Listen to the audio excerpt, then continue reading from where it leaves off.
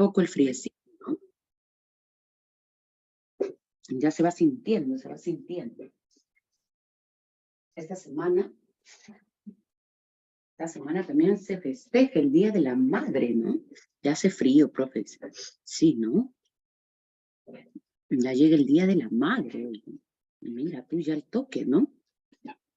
Día de la Madre, próximo mes, al toque, llegamos al Día del Padre, luego 28 de julio y ya estamos otra vez a agosto, septiembre, ya listos para nuestro examen, ¿no? Al toque. Ya de seguro, ustedes que van llevando ya con esta clase, creo que 10 semanas, me parece. Sí, ¿no? 10 semanas, mira. Wow, mira.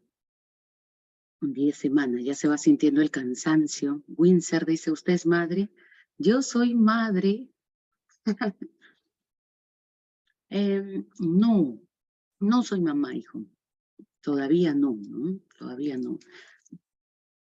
Todavía no. Al menos ahí todavía va a tener, no, hijo, adópteme, dice, adópteme, ¿qué cosa? Los hijos salen caro, hijo. Son una inversión en todo sentido, no solamente de índole económica, sino en todos los sentidos, ¿no? Es una inversión. Hay que dedicarle no solamente parte de tu dinero, ¿no? A los gastos, sino sobre todo darles tiempo, ¿no? Como ustedes bien saben, es algo, una decisión muy seria, ¿no? Al menos que personalmente no tomo a la ligera, ¿no? Así que de momento todavía hay algunas cosillas que quiero hacer. Y luego te adopto, Windsor. Ya está. Adópteme, dice. Pero sí, pues este fin de semana ya celebramos el Día de la Madre, ¿no? Un día. Ya está. Supongo que ya le tiene su regalo, ¿no? Supongo, mínimo, ¿no? Mínimo te habrás preparado algo. Mínimo el domingo prepararás, pues, no sé, el desayuno, el almuerzo, algo harás, ¿no? Ya que no haces nada de lunes a sábado. Tatiana dice, yo soy su regalo, dice Tatiana, por favor, tu madre está esperando algo bonito.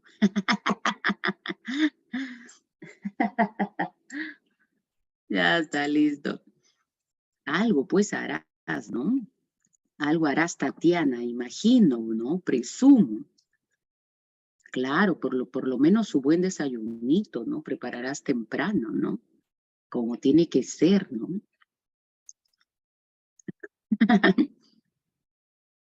Listo, muchachos. Una duda para usted. A ver, dime. A ver, Carla. Claro, romper el chanchito, engreír a mamá. Así es, ¿no? Así es, ¿no?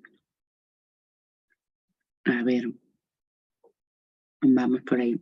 Ni idea, Carlita. Ya hace años que me dicen así los muchachos en clase. Bueno, eso creo que me lo dijeron por primera vez en clase presencial, ¿no? Luego se quedó en las clases. Mira, hemos trascendido el tiempo, hija. La virtualidad en todos lados, ¿no? Ya está. No sé, hija. Ahí, ahí quedó, ¿no? A ver, vamos para acá entonces. Vamos a empezar con la clase de esta semana. Fíjate, hoy, por cierto, hoy terminamos de revisar toda la historia de la filosofía. Ya la próxima semana, a ver, déjame ver no lo tengo aquí a la mano. Ya, pero con esta clase estamos terminando toda la parte de la historia de la filosofía occidental, lo que significa que la próxima semana te voy a tomar un examen. ¿De qué va a ser ese examen, profesora? Ese examen va a ser sobre toda la historia de la filosofía, que es lo que vamos a ver hasta el día de hoy. Fíjate, ahí tienes la línea de tiempo. Hemos visto la filosofía antigua, ¿no? Con ustedes hasta creo que hemos visto la filosofía medieval, ¿no? Confírmame. ¿Hemos visto filosofía medieval? Sí, ¿no? Ya ves, sí. Entonces, la semana que viene voy a tomar un examen de filosofía antigua, filosofía medieval, filosofía moderna también. Creo que hasta de modernidad hemos trabajado Hume, ¿no? Locke, Hume, Kant, Descartes, a los 4, ¿no? Y de la época contemporánea, pues hemos trabajado buena parte de los filósofos contemporáneos. Hegel, Comte, Marx, Nietzsche, Heidegger y Wittgenstein el día de hoy. O sea que buena parte de la historia y la filosofía hemos trabajado a lo largo de estas 10 semanas. Entonces, la siguiente semana les voy a tomar un examen, ¿ya? Sí, justo eso, Windsor. La próxima semana nos tocaría ver la historia y la filosofía en el Perú y Latinoamérica. Sin embargo, ese tema lo vamos a ver de manera muy breve, muy sucinta. Voy a tomarme más el tiempo para revisar el examen, ¿ya? Para ver cómo van avanzando, cómo van desarrollándose, cómo están estudiando. No, ellos no. Ya está. No, ni Gadamer ni Lyotard. ¿Listo? Solamente llegamos hasta Wittgenstein. Ya está. Los clásicos, ¿no? ¿Ah? Ah, ya. Entonces, siguiente semana tomo un examen de todo lo que hemos trabajado, ¿ya? Desde el periodo cosmológico, los presocráticos, hasta el siglo XX con Wittgenstein. Todo eso evalúo la siguiente semana, ¿ya está? El examen va a ser calificado, por si acaso, virtual obviamente, por la plataforma de Google, ¿ya está? Así que automáticamente, ni bien termine, se arroja la nota, ya está. Vamos a ver cuántas preguntas considero, porque hemos trabajado buena parte, buen contenido hemos hecho. Así que, por favor, todos siguiente semana se conectan puntualitos, porque vamos a empezar por la evaluación, empezamos por el examen. Necesito que todos participen en la evaluación, es la única forma de saber cómo están avanzando y cómo puedo ayudarles, ¿ya? ¿Cuántas preguntas? Eso lo voy a determinar esta semana, Fernanda. Esta semana voy a aprovechar en armar el material, en armar el examen y ya les iré comentando. ¿Listo? Pero por lo menos unas 10 preguntas van a ser, ¿ya? Por lo menos es lo que pienso. Ya si son más, yo le comunico a Sandra para que ella les comunique debidamente. Pero no importa la cantidad de preguntas, importa sobre todo que ustedes estudien, repasen, ¿ya? Así que nada, la próxima semana trabajamos filo en el Perú, pero insisto, esta clase la vamos a trabajar de manera muy esquemática, muy puntual. Sobre todo quiero enfocarme en la parte del examen, ¿ya? El examen que les voy a tomar. Y lo vamos a resolver también aquí en clase. ¿Listo? Ya no te vayas a olvidar, ¿ah? Por favor, le hacen recordar ahí a Sandra, perdón, a Sandra, sí. Ya está, le hacen recordar, ¿ya? Y le van comentando también a sus compañeros que de repente van entrando tarde, ¿ya? Así es, Carlita. Listo, entonces vamos a empezar por acá con los dos últimos filósofos que están pendientes y con los cuales ya terminamos toda la historia y la filosofía. A ver, los dos últimos filósofos que vamos a revisar siguiendo la línea de tiempo, fíjate por aquí. A ver, acá está, mira. Vamos a hablar el día de hoy del filósofo alemán Martin Heidegger. Ya está, se pronuncia Heidegger, ¿no? O bueno, en realidad en alemán sería Heidegger, ¿no? La pronunciación correcta. Pero es Martin Heidegger, ¿no? Él es representante del existencialismo, ya esta postura filosófica desarrollada ya en Europa, en Alemania.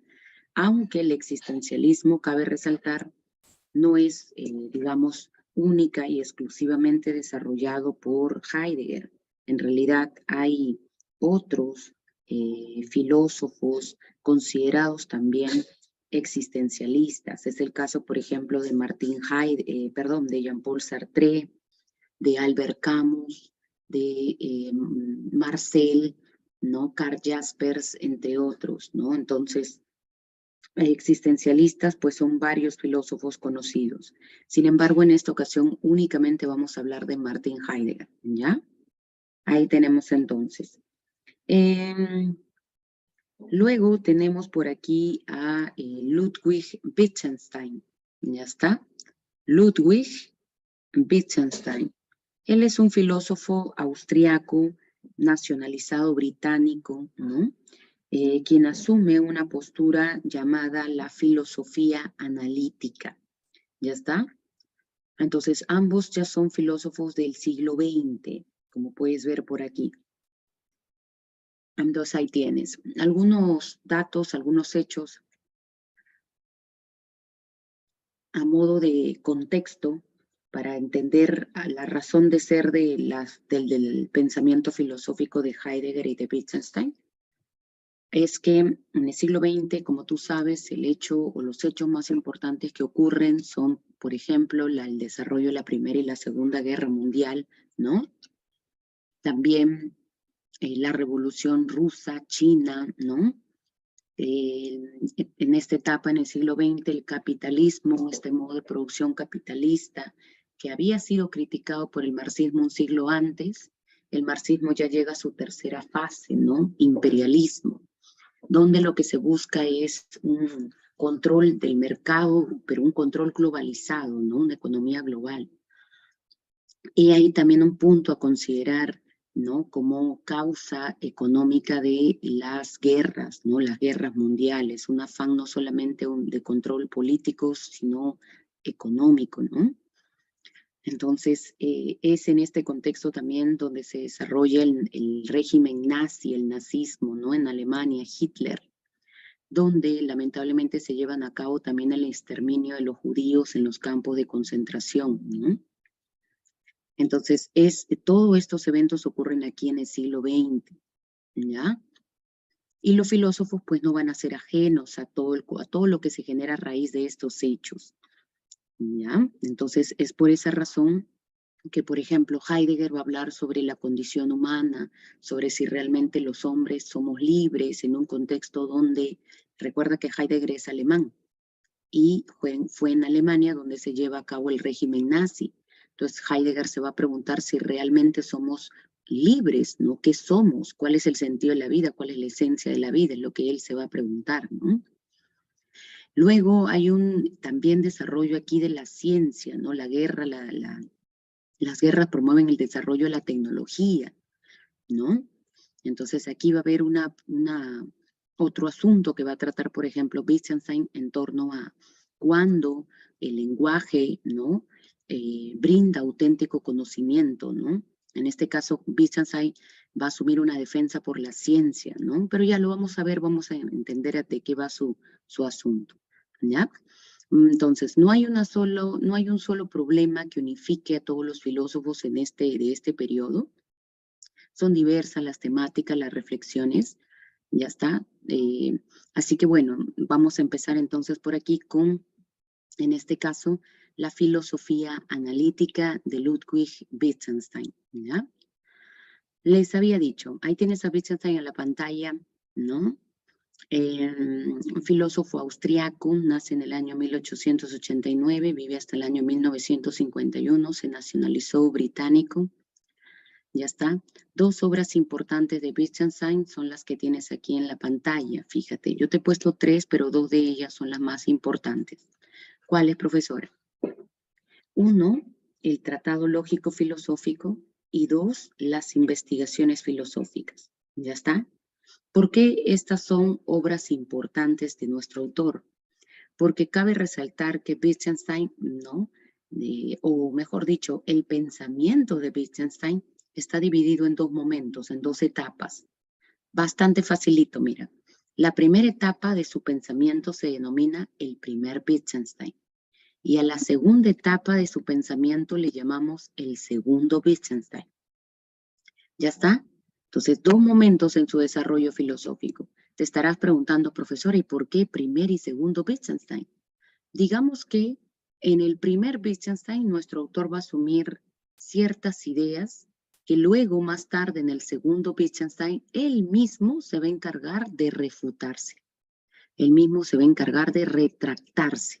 Si acá, por ejemplo, dice, vamos a poner un caso, ¿ah? Si acá, por ejemplo, digo, ¿no? Afirmo todo A, en el segundo Wittgenstein, cambia de opinión y se retracta, no cambia perspectiva. O sea, Wittgenstein, en el segundo Wittgenstein critica al primero, refuta al primero. En otras palabras, él no necesita que nadie lo critique, que nadie lo refute, él solito se critica, él solito se refuta. ¿No está? ¿Listo? O simplemente en un primer momento tenía ciertas ideas y en el segundo pues se retractó. ¿Ya? ¿Listo? Ahora bien, la obra en la que se resume toda la primera etapa de su desarrollo filosófico es esta, el Tratado Lógico-Filosófico. Entonces, esta es la obra donde se desarrolla el primer Wittgenstein. Y la obra en la que se desarrolla todo lo que él piensa en la segunda etapa de su pensamiento es esta, las investigaciones filosóficas. ¿Ya está? Ahí tenemos. Pues en esta obra, Investigaciones Filosóficas, tú vas a encontrar resumida todo el segundo Wittgenstein. Y en el Tratado Lógico-Filosófico, acá está escrito en latín, Tractatus, ¿ya está? Se encuentra resumido todo el primer Wittgenstein. ¿Ya está? ¿Listo? Entonces no te olvides, ¿ah? 2 momentos, 2 obras publicadas. ¿Ya? Listo. A ver, te voy a explicar lo siguiente, ¿ya? A modo de introducción. Y si tú entiendes, mira esto, como jugando te lo voy a explicar. Si tú entiendes esto, lo que te voy a explicar ahorita de manera oral, luego lo vas a encontrar aquí plasmado en la pantalla, ¿no es cierto? Ya al detalle, ¿ya? Pero primero mira como para, rapidito nomás, como para que se entienda como jugando, ¿ya? Préstame suma atención. Primer, y por aquí, segundo Wittgenstein, ¿ya está? Primer y segundo Wittgenstein. Listo, mira, préstame atención, ¿ah? Como jugando vamos a explicar Wittgenstein, ya si tú me entiendes este jueguito, ya al toque nomás ya vamos a explicar la teoría, y la vas a entender rapidito, ¿ya? A ver, mira, en el primer Wittgenstein, nuestro autor va a decir que el lenguaje va a tener significado, ¿ya está? Va a tener sentido, sí y solo sí, ese lenguaje describe, o lo que es lo mismo, representa hechos del mundo. Es decir, en el primer Wittgenstein, una proposición, un lenguaje, va a tener sentido, va a tener significado, sí y solo sí describe hechos del mundo. ¿Ya está? Pues el lenguaje que se expresa a modo de proposiciones, oraciones, va a tener significado, ya está, va a tener significado, va a ser significativo, o lo que es lo mismo, va a tener sentido, sí y solo sí describe hechos del mundo. ¿Ya está? Si tú en el primer Wittgenstein utilizas el lenguaje para cualquier otra cosa que no sea describir, Wittgenstein va a decir todos esos usos que tú le des, ya está, al lenguaje, en todos esos usos, el lenguaje ya no tendrá significado, ya no tendrá sentido. Entonces será lo contrario. Si tú utilizas el lenguaje no para describir hechos, sino para de repente expresar sentimientos, emociones, deseos, anhelos, cólera, ira, hacer preguntas, ya está, contar chistes, contar historias, en fin. Si tú utilizas el lenguaje para cualquier otra cosa que no sea describir hechos del mundo, ese lenguaje será asignificativo. Es decir, no tendrá sentido. ¿Ya está? A ver, juguemos. ¿Ya está? Pregunta para ustedes. Si en el primer Wittgenstein yo digo, ojo, estamos en el primero, ¿ah? Si en el primer Wittgenstein yo digo, la pizarra, ya está, la pizarra es verde. Esta es una proposición que se ha expresado a través del lenguaje. Esta proposición, ya está, ¿Es significativa o asignificativa? ¿Esta proposición tiene sentido o no tiene sentido? A ver, ¿tú qué dices? ¿Tiene o no tiene? Correcto, profesora, esa será una proposición significativa.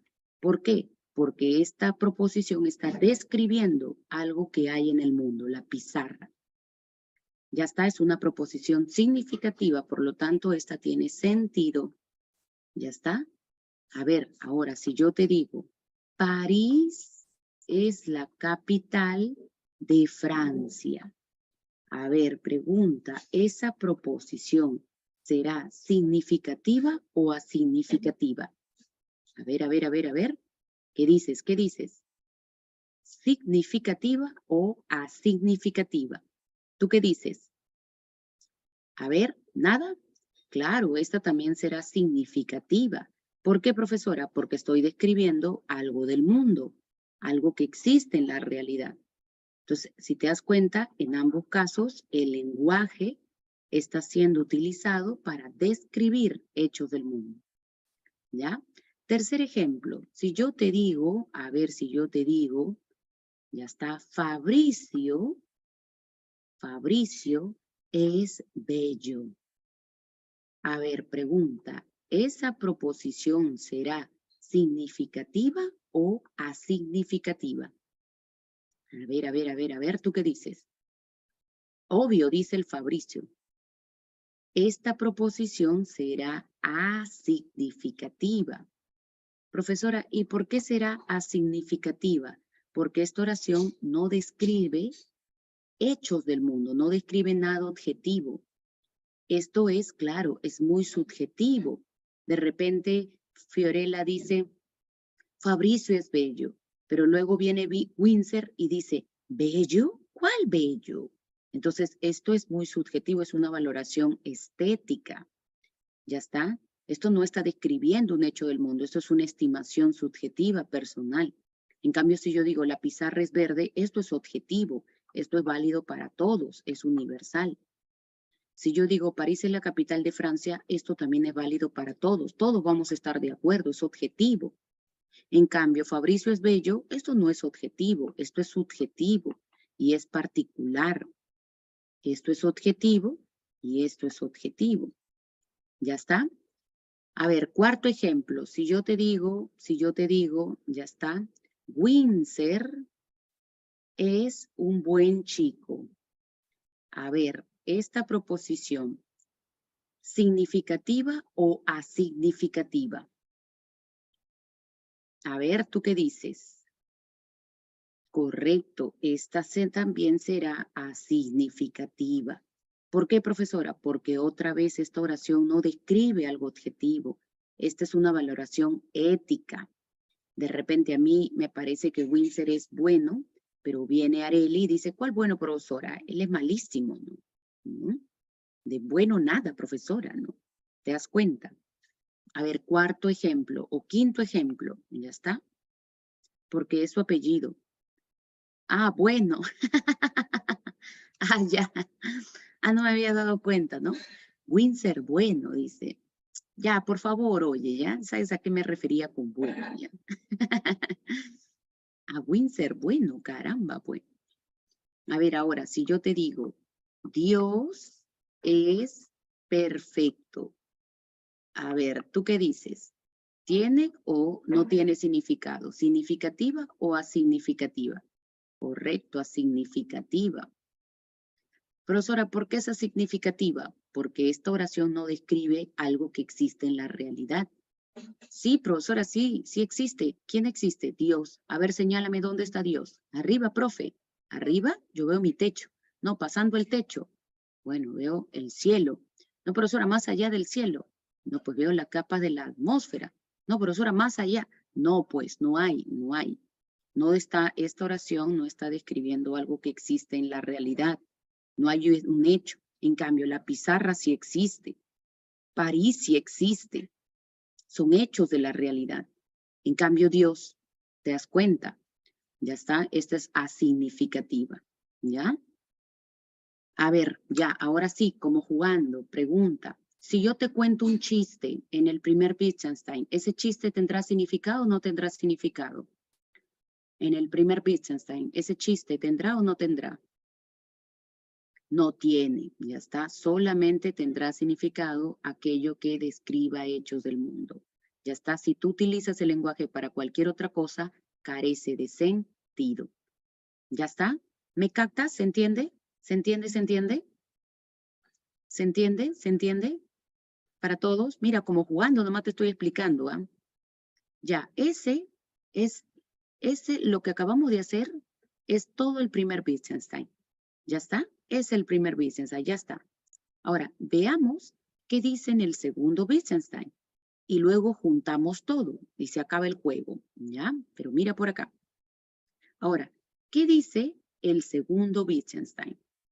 El segundo Wittgenstein, nuestro autor nos va a decir que el lenguaje no solamente, ya está, no solamente será significativo cuando describa hechos del mundo, sino que el lenguaje puede tener diferentes usos. El lenguaje puede servir para describir, el lenguaje puede servir para expresar sentimientos, el lenguaje puede servir para contar chistes, el lenguaje puede servir para muchas otras cosas. Y en todos los usos y todos los usos o funciones que tú le des al lenguaje, en todos los usos el lenguaje tendrá significado. ¿Ya está? En todo, ya, gracias. En todo, profesora, en todos. Cualquier uso, cualquier uso. Pero, ese significado ya no va a ser universal, sino que ahora ese significado, ya está, el lenguaje va a ser significativo en cualquier uso, pero ese significado será ahora contextual. ¿Cómo es eso, profesora? No entiendo, no entiendo. A ver, veamos por acá. Si yo te pregunto, escúchame con atención, ¿un chiste tiene significado en el primer Wittgenstein? ¿Sí o no? ¿Tiene o no tiene? No tiene, correcto. En el segundo Wittgenstein, ¿un chiste tiene o no tiene significado? Sí, sí tiene significado. Cualquier uso que tú le des al lenguaje tiene significado. Pero ahora, supongamos que en este caso Fernanda y Stephanie están a 1 metro de mí. Están ellas hablando y riéndose y contándose un chiste. Yo paso por ahí, las escucho que se están riendo, las miro de reojo y digo, ¿de qué se reirán? Pero me voy de frente. ¿Ya está? Ese chiste en el segundo Wittgenstein tiene significado, ¿no es cierto? Pero ¿para quién tiene significado? ¿Para las tres o solo para Stephanie y Fernanda? ¿Para quién tiene significado? ¿Para quién? Dime para quién. Claro, solo para ellas dos. Entonces Wittgenstein va a decir que acá cualquier uso que tú le des al lenguaje, en todos los usos tiene significado, pero ese significado siempre será contextual, va a depender del contexto, del grupo. No es un significado universal, sino que ahora el significado es particular, va a depender del contexto, del grupo de personas. En cambio aquí, cuando tú utilizas el lenguaje para describir, ese significado es para todos. Por ejemplo, cuando decíamos la pizarra es verde, esa oración, esa proposición está describiendo y esa descripción es válida para todos. En cambio, cuando yo cuento un chiste, ese chiste tiene significado, sí, pero ¿para quién es? Para un grupo, es particular. ¿Ya está? Claro, da un giro, ¿no? Aquí como que solamente es muy, aquí como en el primer Wittgenstein como que es muy estricto, ¿no? Como que es más radical y dice el lenguaje solamente describe, describe y describe y nada más. En cambio aquí en el segundo ya tiene un poco más de apertura, ¿no? Ya es un poco más suelto, ¿no? Entonces dice el lenguaje ya no solamente describe, sino que sirve para expresar muchas otras cosas. Y en todos esos usos el lenguaje tiene significado, solo que ya no universal, sino particular, contextual. ¿Ya está? Listo. Ahora juntemos todo. ¿Ya está? Juntemos todo. A ver, veamos. Si yo digo, Ya está. Si yo digo, Windsor es estudiante de ADC. En el primer Wittgenstein, ¿esa proposición es significativa o asignificativa? ¿A o sin? A ver, vamos. ¿Qué dices? ¿Qué dices? A ver. Correcto. Significativa. ¿Ya está? ¿Listo? Esa misma oración en el segundo Wittgenstein, ¿es significativa o asignificativa? En el segundo, esa misma oración en el segundo Wittgenstein seguirá siendo significativa, porque todos los usos que tú le des al lenguaje tienen significado. ¿Está? ¿Listo? A ver, otro ejemplo. Dios es perfecto en el primer Wittgenstein. ¿Es una proposición significativa o asignificativa? Dios es perfecto. Asignificativa. ¿Ya está? En el segundo Wittgenstein, Dios es perfecto. ¿Es una proposición significativa o asignificativa? En el segundo Wittgenstein. A ver, vamos muchachos. Significativa. Pero ¿para quién será significativa? Dios es perfecto. ¿Para quién? ¿Para quién será significativa? Claro, para el contexto. ¿Qué contexto? Primero, la respuesta siempre es de acuerdo al contexto. ¿Qué contexto? Los creyentes, los cristianos. ¿Ya está? A ver, la proposición, el infierno quema. Primer Wittgenstein, ¿tiene o no tiene significado? A ver, no tiene. En el segundo, sí. ¿Para quiénes?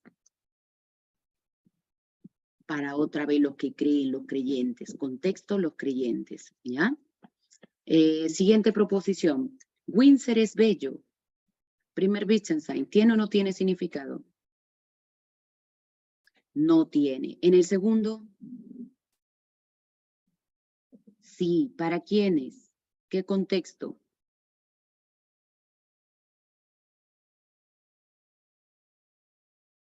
¿Para quién tendrá significado esa proposición Windsor es bello? ¿Para quién? Para su mamá de repente, ¿no? Ya está. Para su mamá, para su bichota, ¿no? Para el ganado, dice. ¿Cuál ganado? Oye, mira este fenómeno. Para el ganado, dice. Mira, ¿lo ve? Caramba, este ahí. Claro, ya ves, te das cuenta. Más contextual, ¿no? Para su ex, dice. Ya está. Entonces, resumimos. Ya está. Pregunta para ustedes. En el primer Wittgenstein, ¿cuándo un lenguaje, cuándo la proposición tiene significado? A ver, primer Wittgenstein. ¿Cuál es la palabrita clave? ¿Cuándo una proposición tiene significado? Vamos. ¿Cuándo? Describe. ¿Qué describe? Una oración tiene significado, una proposición tiene significado cuando describe. ¿Qué describe? Hechos del mundo. Ya está. Cuando describe hechos del mundo. ¿Esa descripción es objetiva o subjetiva? Objetiva. ¿Y esa proposición objetiva tiene significado particular o universal? Universal, ¿ya? ¿Cuándo una proposición tiene significado en el segundo Wittgenstein? ¿Cuándo? Cuando lo utilizamos para cualquier uso, ¿no? Bajo cualquier función, ¿no? ¿Ya está? Pero el significado va a ser universal o contextual.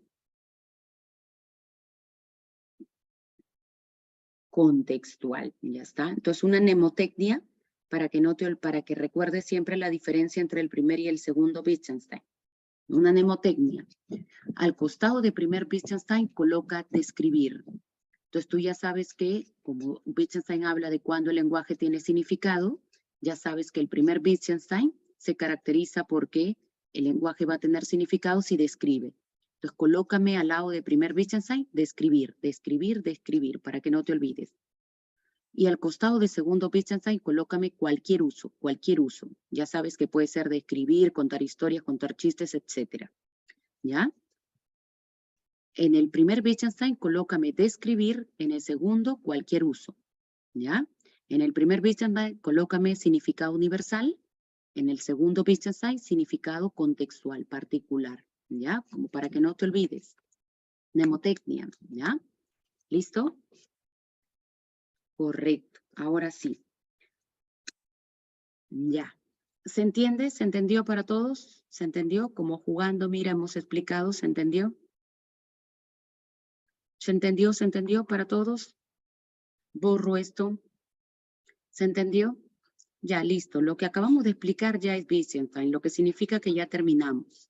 Pasemos al segundo autor.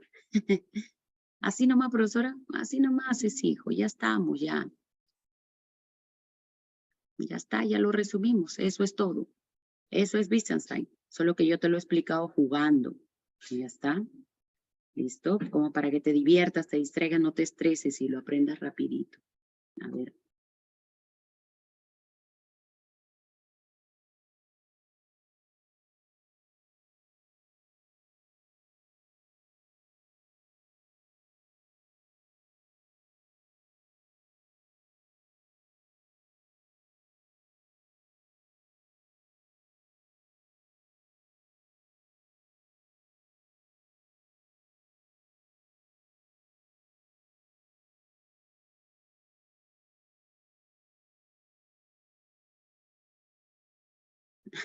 Ya, ya.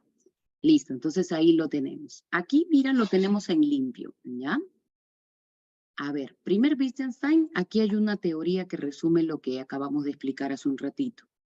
Se llama la teoría figurativa del lenguaje o lo que es lo mismo la teoría pictórica del lenguaje. En el segundo Wittgenstein también vamos a encontrar lo mismo. Hay una teoría que resume el segundo Wittgenstein. ¿Ya está? En este caso, tengo una pregunta del primer Wittgenstein cuando dije Wister es estudiante, ¿por qué es significativo y no a significativo si hay varios chicos con ese nombre? Allá, pero al margen de si hay varios o no, mejor aún. ¿Ya está? Lo cierto es que recuerda, Carla, creo, una proposición es significativa si describe hechos del mundo. ¿Ya está? Si describe algo objetivo. Entonces, en este caso nos estamos refiriendo a Windsor, tu compañero, no me estoy refiriendo a todos los Windsor del mundo. De otro lado, va a seguir siendo significativo si hablemos de otra persona porque siempre son hechos del mundo. ¿Ya está? Profesora, pero si hay un Windsor que no estudia en la academia, sino en otro lugar, sigue siendo significativo. ¿Ya está? Solamente que ahora será una proposición ya no verdadera, sino falsa. Pero recuerda, es significativo porque describe algo que hay en el mundo. ¿Ya está? Describe algo de manera objetiva, algo que hay en el mundo. ¿Ya está? No hablamos de cosas que no hay. En este caso, Windsor es un hecho que existe en la realidad. La Academia ADC es un hecho que existe en la realidad. En cambio, si yo te digo, Dios es bueno, entonces Dios no es algo que tú encuentres en la realidad y lo señales y lo toques, tampoco lo bueno, ¿no? En cambio, si yo por ejemplo, ahora si yo te digo, Windsor es bueno, Windsor existe en la realidad, pero lo bueno no existe, ¿no es cierto? No lo puedes señalar. Entonces, una proposición es significativa porque tú describes de manera objetiva hechos, cosas que hay en el mundo. ¿Ya está? Al margen de si nos estamos refiriendo a este Windsor o a otro Windsor. Estamos hablando de hechos del mundo. ¿Ya está? Sí, justo. En un ratito vamos a hablar. Ajá, sí, sí, sí. Ya, volvemos aquí. En el segundo Wittgenstein, la teoría que resume su pensamiento se llama la teoría de los usos del lenguaje. ¿Ya? Entonces, nota la diferencia. Primer Wittgenstein, teoría figurativa del lenguaje. Segundo Wittgenstein, teoría de los usos del lenguaje. ¿Ya? ¿Qué dice en el primer Wittgenstein? Que el lenguaje es como una figura o una pintura del mundo. ¿Ya? Más o menos así, ¿no? Tú tienes por aquí el mundo, ¿no? Ya está. Acá está el mundo, ¿no? Entonces, acá está, fíjate, una pintura, ¿no? Entonces yo tengo por acá una pintura realista y ¿qué hago? Comienzo a representar la realidad. Entonces esta es una pintura y esta es la realidad. Ya está, este es el mundo. Ya está.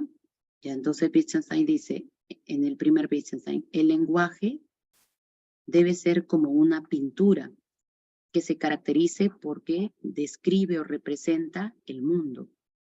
Si yo digo, por ejemplo, ¿no? El árbol es verde. Entonces, esta oración es como una pintura del mundo, porque esta oración está describiendo, está representando el mundo. Ya está, entonces el lenguaje es como una pintura que refleja o describe el mundo. Ya está. Recuerden, el primer Wittgenstein, el lenguaje siempre va a tener validez, va a tener significado si solo si describe, representa fielmente, ¿no? Los hechos del mundo. ¿Listo? De manera objetiva, como hemos visto. Así como una pintura imita la realidad, el lenguaje, dice Wittgenstein, será significativo si representa o describe la realidad. ¿Ya? Así como una pintura la representa tal cual, el lenguaje también tiene que representar tal cual los hechos del mundo. ¿Ya? Entonces aquí tengo yo lenguaje y mundo. El mundo se expresa en hechos y el lenguaje se expresa por medio de proposiciones.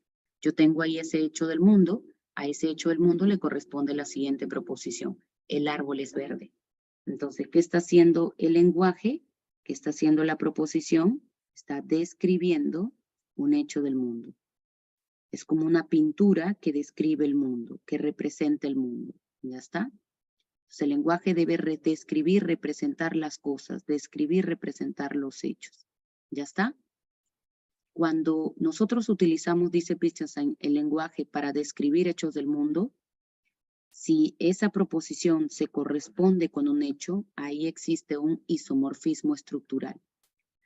Cuando hay una correspondencia entre el hecho y la proposición, cuando se corresponden los dos, ahí existe un isomorfismo estructural.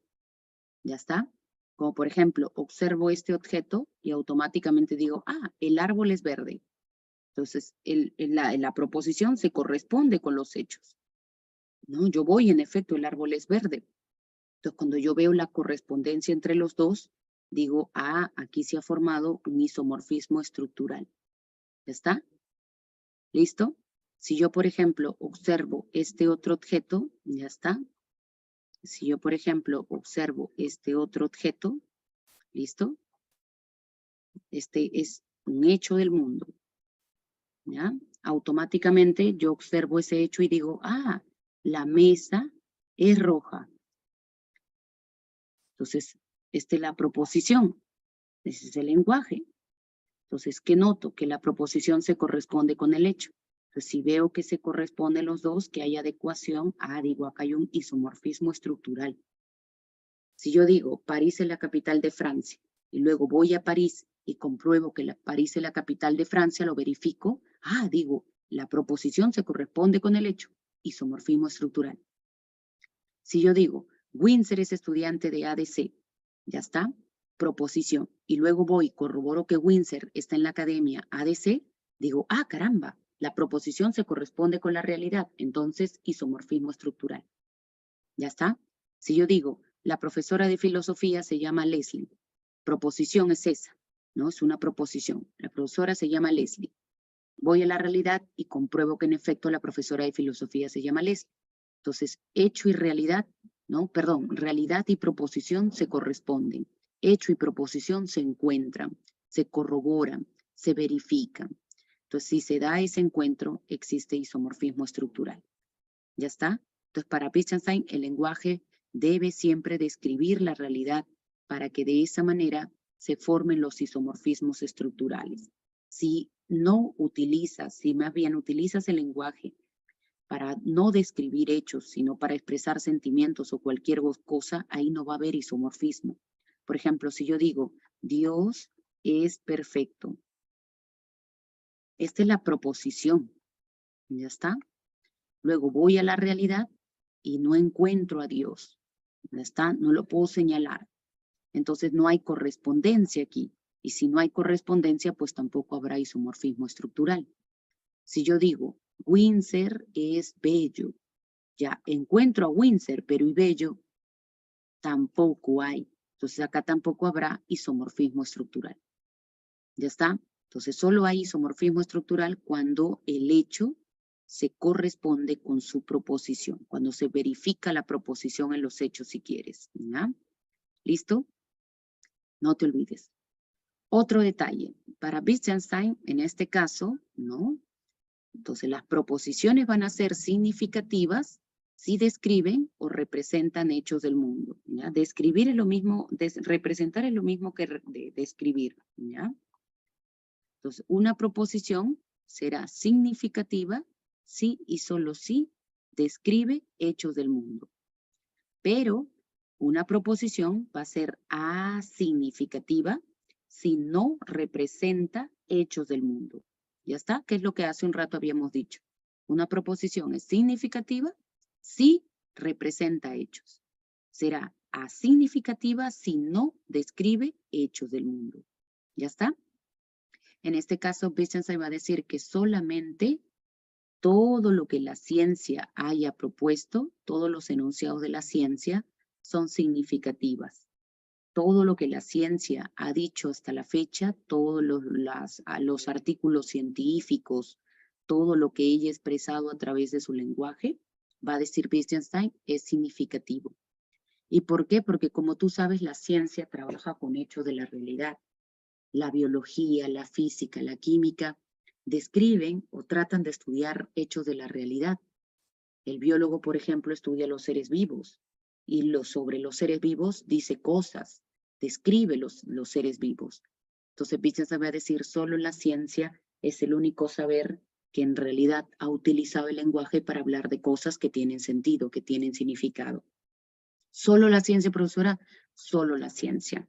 ¿Profesora, y la religión? No. En este caso, para Wittgenstein, la religión, las valoraciones éticas, como por ejemplo, Windsor es bueno, las valoraciones estéticas, como por ejemplo, Windsor es bello, todas las proposiciones, todo lo que dice la religión, e incluso los problemas filosóficos, ya está, todo esto es asignificativo. Wittgenstein va a decir que única y exclusivamente la ciencia ha sido la única capaz de decir cosas que realmente tienen sentido. Es la única. Todas las demás, ya está, todos los demás, la ética, la estética, la religión y los problemas filosóficos son asignificativos. Ya está, porque en la religión se habla de Dios, del Espíritu Santo, y eso no son hechos de la realidad. En la ética se habla de lo bueno y eso no es un hecho de la realidad. En la estética se habla de lo bello y eso no es un hecho de la realidad. Pero no solamente eso, sino que también los problemas filosóficos son, para Wittgenstein, pseudo problemas. Ya está, son proposiciones asignificativas. En otras palabras, Wittgenstein va a decir que todos los problemas, ¿no?, que han ocupado a los filósofos a lo largo de tantos siglos han sido problemas que realmente no han tenido sentido. ¿Ya está? Han carecido de sentido. ¿Por qué? Porque al filósofo, por ejemplo, le interesó discutir qué es el ser, qué es la nada. Son cosas que no se pueden describir, ¿no? Son hechos que no hay en el mundo, son cosas que no hay en el mundo. ¿Ya está? Entonces, a las proposiciones que tienen significado, Wittgenstein también les llama proposiciones con sentido. Y a las proposiciones que no tienen significado le llama sin sentidos. ¿Ya? Profesor, entonces Wittgenstein rechaza los problemas filosóficos, sí. Dice que los filósofos se le han pasado hablando de tantas cosas y de todo lo que han hablado han perdido el tiempo nomás. Se han ocupado de cosas que no hay en el mundo. Los filósofos han hablado de la libertad, del ser, esas cosas no hay en el mundo, por favor, dice. Dejen de utilizar el lenguaje para hablar de cosas que no hay en el mundo. Han perdido el tiempo, dice. Conclusión. ¿Qué debemos decir sobre el primer Wittgenstein? Que el lenguaje solamente tendrá significado sí y solo sí describe hechos del mundo. En este caso, para el primer Wittgenstein, todo lo que diga la ciencia será lo único que tenga significado. Si utilizas el lenguaje para cualquier otra cosa que no sea describir, todos esos usos carecen de significado. ¿Ya? ¿Listo? No te olvides, ¿ah? Entonces los problemas filosóficos también son dejados de lado por Wittgenstein. Sin embargo, él no rechaza la filosofía como tal. Si bien rechaza a sus problemas por considerarlos pseudo problemas, a la filosofía no la rechaza, sino que a la filosofía la convierte en algo nuevo. La filosofía se convierte ahora en una actividad que debe analizar el lenguaje.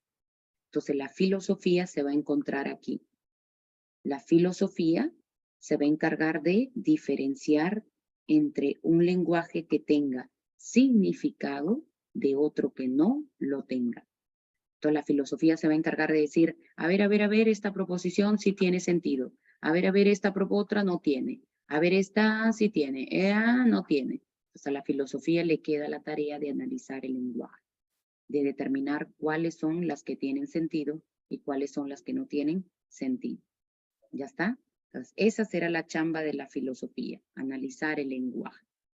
¿Ya? Listo. Ahí terminó el primer Wittgenstein. ¿Ya? Y por aquí, como me había dicho Winsor hace un rato, acá está la famosa frase, ¿no? Wittgenstein dice, ahora que ya sabes que el lenguaje solamente sirve para describir hechos del mundo, dice, hay que evitar proposiciones que no den información. Hay que evitar utilizar el lenguaje para hablar de cosas que no hay en el mundo. Wittgenstein diría, deja de estar hablando de Dios, del ser, del infierno, de cosas que no hay en el mundo. No pierdas el tiempo, eso no se puede conocer. ¿Ya? Mejor, Wittgenstein, pero ¿qué puedo decir de Dios? Mira, si Dios es un hecho que no hay en el mundo, cállate, porque de los que no se puede hablar es mejor callarse. ¿Ya está? Habla únicamente de cosas que hay en el mundo. ¿Listo? Entonces, utiliza el lenguaje para hablar de cosas que hay en el mundo. Si tú utilizas tu lenguaje para hablar de hechos del mundo, entonces, cada vez tú vas a ir conociendo un poco más del mundo. Tu conocimiento del mundo se va a ir ampliando. ¿Ya está? Entonces, porque ciertamente tú vas a ir describiendo hechos del mundo.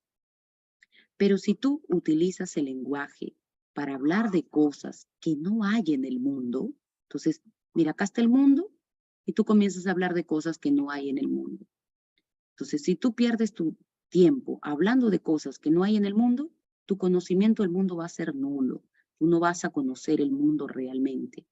Tú te la vas a pasar hablando de cosas que ni existen, ni sabemos si existen, en fin. Entonces, mejor silencio. De lo que no puedes describir, de lo que no se puede hablar, mejor callarse. Porque los límites de tu lenguaje son los límites de tu mundo. Si tú quieres conocer más y mejor el mundo, pues dedícate a describir el mundo. Dedícate a utilizar el lenguaje para hablar del mundo, como lo hace la ciencia. ¿Ya está? ¿Listo? Entonces, eso es lo que hay que hacer, dice. Si queremos conocer más y mejor el mundo, pues lo que hay que hacer es utilizar el lenguaje para describir hechos del mundo, no para hablar de cosas que no hay. En todo caso, dice Wittgenstein, Dios, los valores éticos, los valores estéticos, todo ello representa el plano de lo místico. ¿Qué será lo místico? Aquello que queda fuera de nuestras capacidades, aquello que supera nuestros límites de lenguaje. ¿Ya está? Lo místico alude a una experiencia que no se puede transmitir adecuadamente a través del lenguaje, a través de palabras. No hay posibilidad de un acceso racional a entidades como Dios, lo bueno, lo bello. Ya está, no hay forma. Por tanto, de ello mejor, silencio, no hables.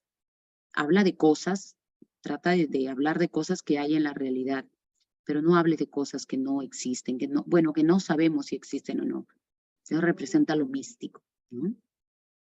Es una sugerencia que hace él después de haber terminado por aquí su primera parte, ¿no? Su primera teoría, ¿no? Al decir que el lenguaje solo tendrá significado si describe hechos del mundo, ¿no es cierto? Ya, pero como ya les había adelantado, en el segundo Wittgenstein cambia de perspectiva, ¿ya? Aquí va a decir que el lenguaje tiene diversos usos, tiene diversas funciones. ¿Ya está? El lenguaje puede servir para describir, para dar órdenes, para contar historias, para contar chistes, etcétera. Para muchos usos. ¿Ya está? ¿Listo? En todos los usos, el lenguaje tiene significado. Solo que ese significado va a depender mucho del contexto. ¿Ya está? Mucho depende del contexto. Como el ejemplo del chiste. ¿Chiste tiene significado? Sí, pero ¿para quiénes? Para un grupo, para un contexto. ¿Ya está? Entonces, eso es lo que va a decir nuestro autor. ¿Listo? Entonces, esa es la diferencia entre el primer y el segundo Wittgenstein. ¿Ya está? Ahí terminamos entonces con esta primera corriente o postura filosófica. ¿Ya? Profe, ¿por qué se dice el primer Wittgenstein tiene influencia del atomismo lógico? Allá. El atomismo lógico es una postura de Bertrand Russell. Ya está. Bertrand Russell fue un filósofo más o menos anterior, un poco anterior a Wittgenstein, y asumía esta idea de que el mundo está compuesto de hechos atómicos. Y cada hecho del mundo, Bertrand Russell le llamaba los hechos atómicos. Y cada hecho atómico puede ser representado bajo una proposición. Entonces, esta idea preliminar de Bertrand Russell la toma Wittgenstein. Solo que Wittgenstein habla de proposiciones significativas y proposiciones asignificativas. Se le da un plus, ¿no? Él toma una parte de Bertrand Russell, del atomismo lógico de Bertrand Russell, pero termina hablando al final de proposiciones significativas o asignificativas, ¿ya? Pero lo que también podríamos señalar es que el primer Wittgenstein influye en el Círculo de Viena. Ya está, postura que vamos a ver en epistemología. Pues el primer Wittgenstein influye en el Círculo de Viena, el neopositivismo. ¿De qué manera? Cuando los neopositivistas, para los que de repente conocen un poco, cuando los neopositivistas dicen un enunciado será científico si se puede verificar en la realidad. Un enunciado será considerado ciencia, ¿no? Si se puede verificar en los hechos. Entonces, acá Wittgenstein no habla de cuándo algo es científico o no es científico, simplemente habla de proposiciones significativas o asignificativas. Entonces, el Círculo de Viena, que es posterior a Wittgenstein, bueno, no tanto, ¿no? Porque ambos son del siglo XX. Pero el Círculo de Viena dice, un enunciado será científico si describe hechos. Un enunciado será pseudociencia si no describe hechos. Entonces, si tú te das cuenta, se guían mucho de Wittgenstein, solo que abordan problemas diferentes. El neopositivismo, el problema de cuándo algo es ciencia o cuándo no lo es, y Wittgenstein habla de proposiciones significativas y asignificativas, habla de otro tema. Pero bueno, aquí tienen Wittgenstein, en el primer Wittgenstein, el Círculo de Viena su antecedente, ¿no? Ojo, solo el primer Wittgenstein, ¿ah? Solo el primero influye en el Círculo de Viena, solo el primero. Pero como puedes darte cuenta, en el segundo ya cambia de parecer, ¿no? ¿Listo? Ya está. Pregunta para todos. ¿Se entiende? ¿Se entendió para todos? ¿Se entendió? ¿Se entendió? ¿Se entendió? ¿Se entiende? ¿Se entiende? ¿Dudas? ¿Preguntas? A ver, vamos, confirma. ¿Se entiende para todos?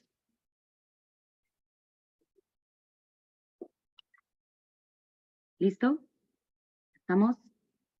Correcto, ya. Terminamos por aquí entonces, ¿ya? Existencialismo de Martin Heidegger, ¿ya? A ver, en este caso, Heidegger es un filósofo alemán cuya obra más importante es la que tienes por aquí, El ser y el tiempo, ¿ya? La obra más famosa, más importante, no te puedes olvidar. Ahora, no vayas a confundir. Hay otro libro llamado El ser y la nada. Y ya está, El ser y la nada. No vayas a confundir. Esta otra obra es de otro existencialista llamado Jean-Paul Sartre. ¿Ya está? Sartre y Heidegger son existencialistas. ¿Cuál es la diferencia? Quizá la nacionalidad, ¿no? Heidegger es alemán, Sartre es francés, el esposo de Simone de Beauvoir, la feminista, ¿no? Entonces, ambos son existencialistas, pero de nacionalidades diferentes, ¿ya? Entonces, no te olvides, Ser y Tiempo de Heidegger, El Ser y la Nada de Sartre. ¿Ya está? Listo. Entonces, empezamos por acá. Heidegger tiene dos preocupaciones y ambas están vinculadas, están muy relacionadas. Para empezar, tiene una preocupación ontológica y tiene una preocupación antropológica. Ambas están vinculadas, ¿ya? A ver, pero antes de explicar en qué consiste esto, permíteme un minutito para irme a traer un vasito de agua y terminamos por aquí con Heidegger. Ve sencillo es en realidad, te vas a dar cuenta. Un segundo, un minuto, un minuto.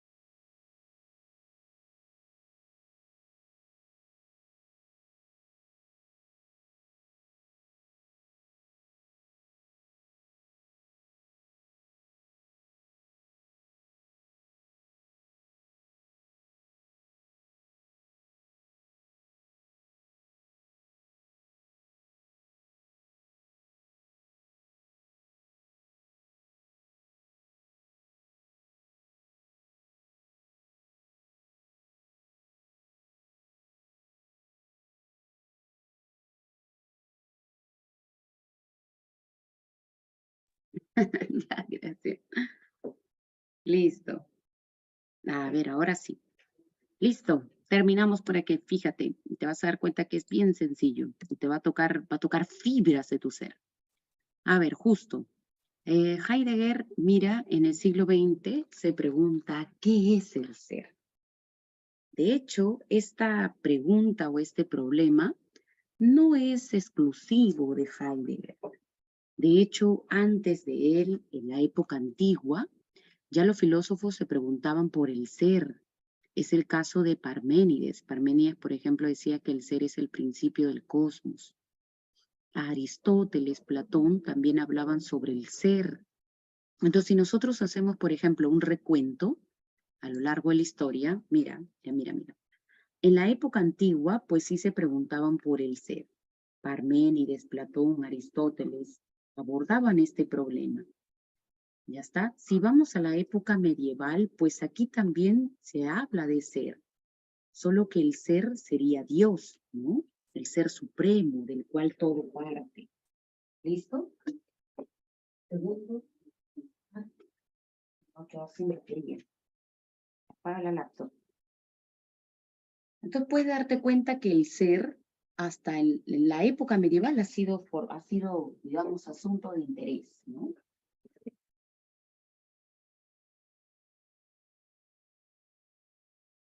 Ahora sí.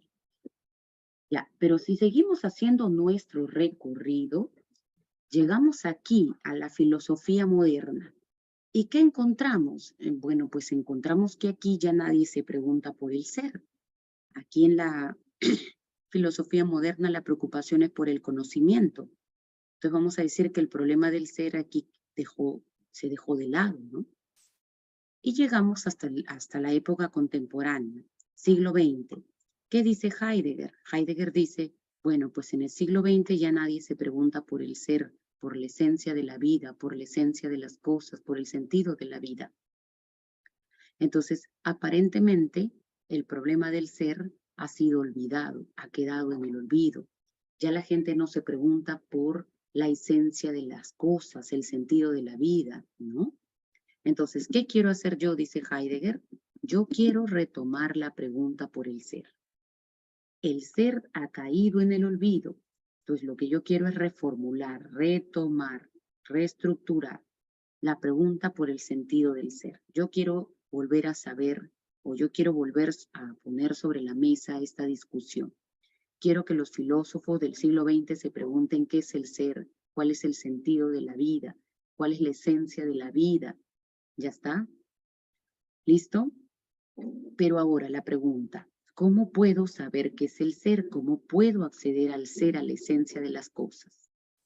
A ver, él mismo se responde, dice, para poder acceder al ser, ya está, listo, acá está el ser, tengo pues que partir por el ente que se pregunta por el ser. Entonces, esa respuesta indica, ¿no?, que Heidegger está dividiendo dos planos en la realidad. Si tú te has dado cuenta, está el plano donde se ubica el ser, que sería el plano ontológico, donde se ubica la esencia de las cosas, y hay otro plano, el plano óntico, el plano donde están los entes. ¿Ya está? ¿Listo? Más o menos como Platón, ¿no? Mundo de las ideas, mundo sensible. Mundo donde se encuentra el ser y mundo donde se encuentran las cosas, los entes. Solo que Heidegger no habla de mundo sensible, mundo de las ideas, no. Solamente dice plano ontológico, donde se ubica el ser, y plano óntico, donde se ubican los entes. Plano de la esencia y plano de la existencia. Ahora, para poder llegar al ser, tengo que partir por el ente. ¿Qué ente? El ente que se pregunta por el ser. Pues Heidegger dice, en el plano óntico hay dos tipos de entes. Están las cosas y está el Dasein. Las cosas para Heidegger serían entes. Por ejemplo, un árbol sería un ente. Un perro sería un ente. Una roca sería un ente. Una mesa, una silla, un lápiz, un cuaderno son entes. Ahora la pregunta es, ¿un perro se pregunta por el ser de las cosas, por la esencia de la vida, por el sentido de la vida? No. Una roca se pregunta por la esencia de la cosa, menos. Un árbol se pregunta por nada. Lo que significa que las cosas son entes, pero las cosas no se preguntan por el ser. Las cosas simplemente están en el mundo, pero nunca has visto tú a tu perro preguntándose qué sentido tiene vivir, qué carrera estudio, qué va a ser de mi vida, qué hago con mi... Nada, ¿no? Tampoco lo hemos visto a un árbol ni a una roca. Entonces, para Heidegger, las cosas son entes que simplemente están en el mundo, pero no se preguntan por el ser. Ahora bien, en el plano óntico no solamente están las cosas, también está otro ente. A ese otro ente Heidegger le llama el Dasein. ¿Y quién sería el Dasein? El Dasein sería el hombre. Por lo tanto, dice Heidegger, el hombre, el Dasein, se pregunta por la esencia de la vida, por el sentido de la vida, por la esencia de las cosas, por el ser, sí. Entonces, por lo tanto, si queremos llegar al ser, debemos partir por conocer al hombre, al Dasein. Solamente conociendo al hombre, al Dasein, podemos llegar al ser. Entonces dice, para acceder al ser, hay que partir por el ente que se pregunta por el ser. ¿Y quién es ese ente? El Dasein, el ser ahí, el hombre. Entonces hay que acceder al ser ahí, al Dasein, Ya está. El hombre es un ser ahí, alguien que existe. Y conociendo al hombre se va a develar, se develará. Ya está. Se va a develar, ¿qué cosa? El ser. Entonces, conclusión. Heidegger retoma la pregunta por el ser, se pregunta cuál es el ser, qué es el ser, ya está. Y dice, para poder responder esta pregunta tenemos que partir por el ente que se pregunta por el ser. ¿Y quién es ese ente? No un perro, no un gato, no una roca, sino el Dasein. ¿Y quién es el Dasein? El hombre. Por lo tanto, lo que hay que hacer ahora es conocer al hombre. ¿Ya está? ¿Listo? Y aquí viene la antropología de Heidegger y con ello terminamos. A ver, Heidegger en este caso quiere brindarnos una definición, una comprensión auténtica, realista del hombre. Ya está, él no quiere venderte un hombre idealizado, un hombre utópico, sino que quiere tratar de decirte cómo es nuestra condición humana, cómo es la realidad humana. ¿Ya está? Entonces, en este caso, Heidegger lo primero que va a decir es que cuando nosotros nacemos, no nacemos ya con una esencia o una definición prefijada o predeterminada. Entonces, lo primero que dice él es lo siguiente: el hombre no tiene, ya está, un atributo definitivo, una esencia definitiva, una esencia, una definición prefijada, establecida, ¿no? Ya está. Por ejemplo, Aristóteles, dice Heidegger, durante mucho tiempo, a raíz de Aristóteles se ha definido al hombre como un ser racional. Entonces, se ha sostenido que la razón es la esencia del hombre, es lo que lo define. Entonces Heidegger dice, pero un ratito, el hombre si bien actúa de forma racional, no siempre actúa de esa manera. A veces los hombres son irracionales, se dejan llevar por los sentimientos, las emociones. Entonces, aun cuando los hombres actúan de manera irracional, siguen siendo hombres. Entonces, por lo tanto, yo rechazo esa idea de que ya tenemos una esencia definida, fija, inamovible. No. También rechazo la idea cristiana según la cual Dios nos ha creado con ciertas disposiciones de tal manera que ha creado un plan para cada uno de nosotros. Eso es lo que dicen los cristianos, ¿no? Los cristianos creen que Dios al crearte, ¿no? Ha creado un plan para ti, un plan perfecto, ¿no? Entonces como que tu vida ya está trazada, ya está determinada, prefijada. Entonces tú solamente tienes que tratar de encontrar cuál es ese camino. Heidegger dice, nada que ver. El hombre cuando nace no tiene un camino ya trazado, eso no es cierto. No hay nada fijado, no hay nada determinado, no hay nada preestablecido. No hay una historia, un camino trazado. Entonces, lo que está haciendo es Heidegger rechazar a todas las definiciones idealistas que se han dado sobre el hombre. Dice, el hombre no tiene una condición específica a priori, antes de, ¿ya está? Antes de nacer. A priori significa antes de, ¿listo? Entonces, no hay nada que defina al hombre. No hay ningún atributo que defina al hombre, ¿ya está? Creer que el hombre tiene un atributo que lo define, un atributo fijo, inamovible, es absurdo, dice Heidegger. No es así. Tampoco es cierto de que ya tenemos un camino trazado, nada. Entonces, profesora, ¿cuál es la condición humana? ¿No?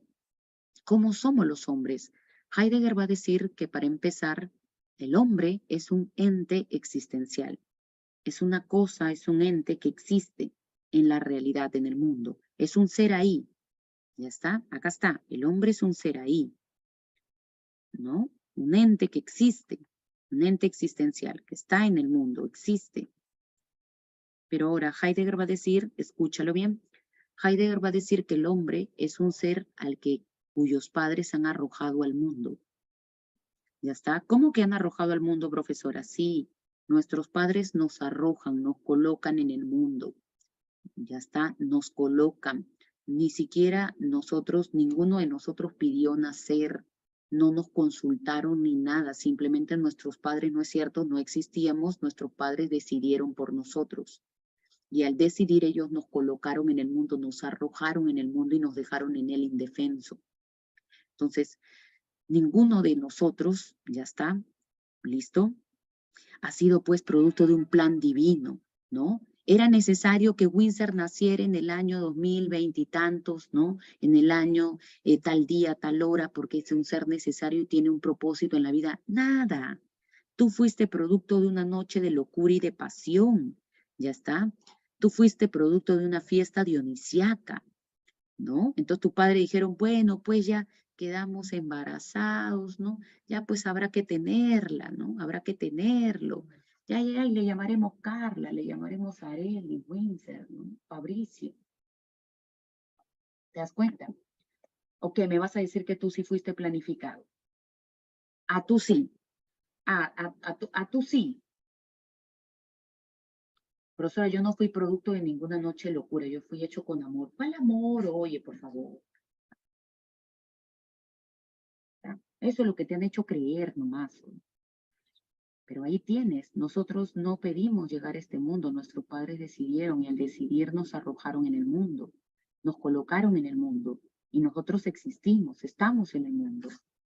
Ahora, estando en el mundo, fíjate, dice Heidegger, estando en el mundo, el hombre no tiene un camino por el que debe transitar y guiar su vida. No, todo lo contrario.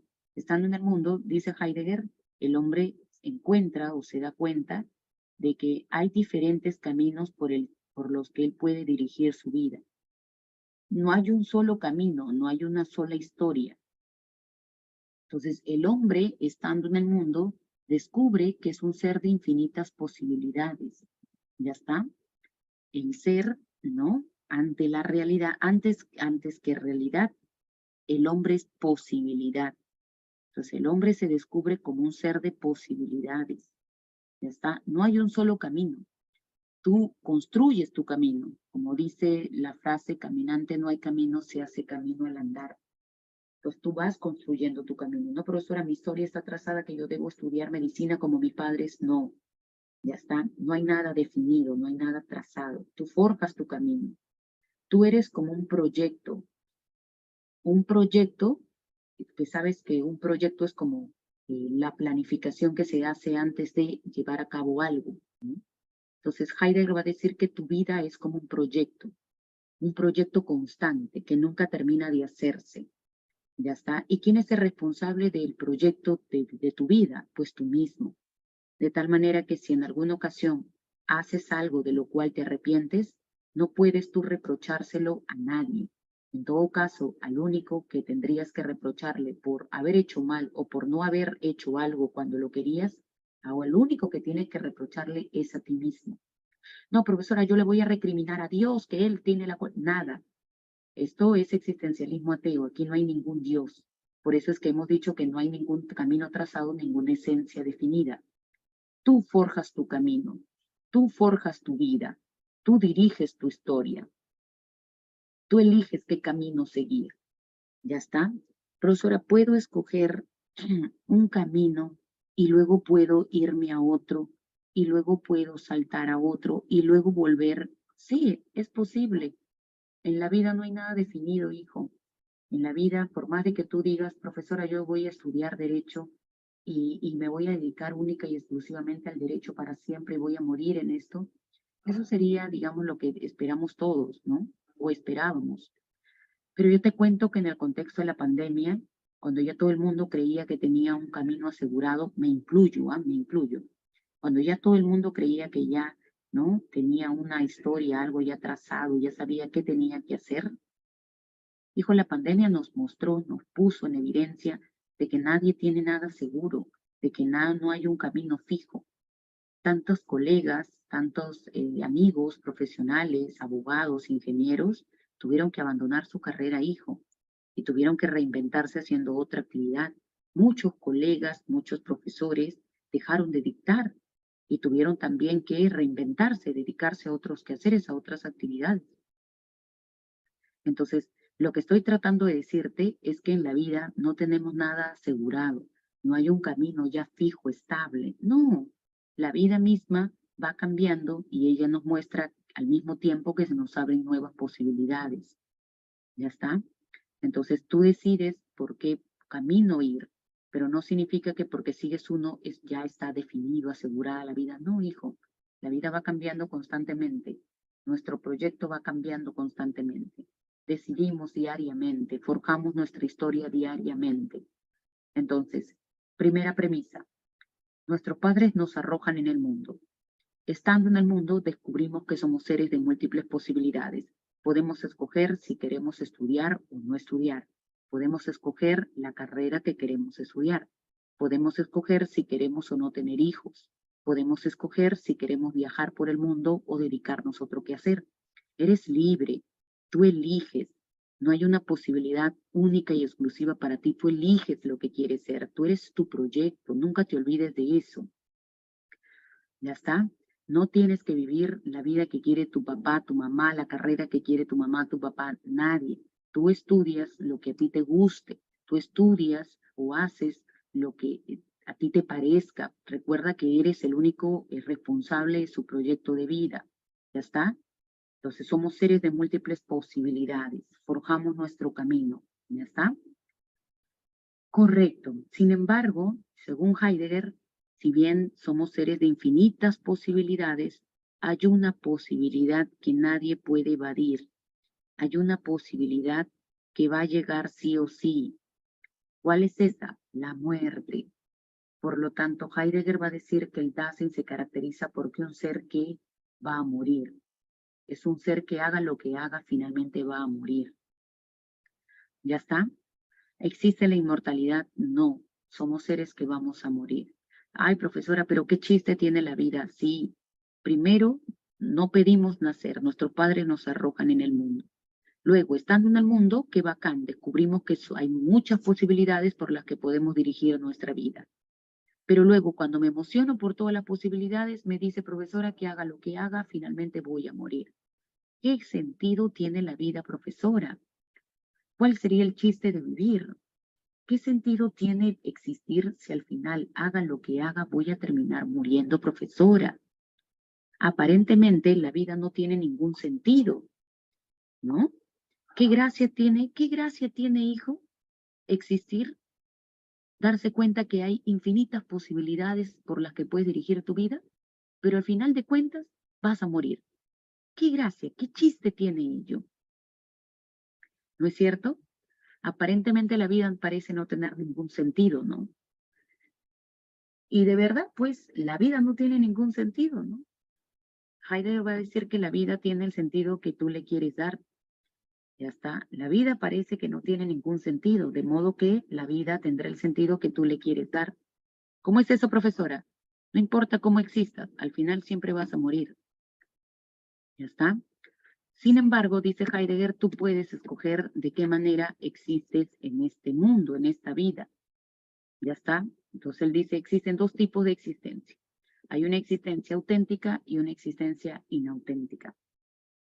Si existes de manera auténtica o existes de manera inauténtica, no importa, igual vas a morir, ¿ah? Igual. Pero dice Heidegger, tú eliges de qué manera existes en esta vida, en este mundo. Tú eliges cómo dirigir tu vida. ¿Ya está? En ninguno de los casos te liberas de la muerte, es algo que va a llegar quieras o no. Pero tú eliges de qué manera existes, tú eliges qué sentido le das a tu vida. ¿Quién es, profesora, la persona que existe de manera inauténtica? Aquella persona que niega la muerte, aquella persona que cree que la muerte es algo que le pasa a los demás, aquella persona que, ¿no es cierto?, vive alienada, haciendo y diciendo lo que hacen y dicen los demás. ¿Ya está? ¿Listo?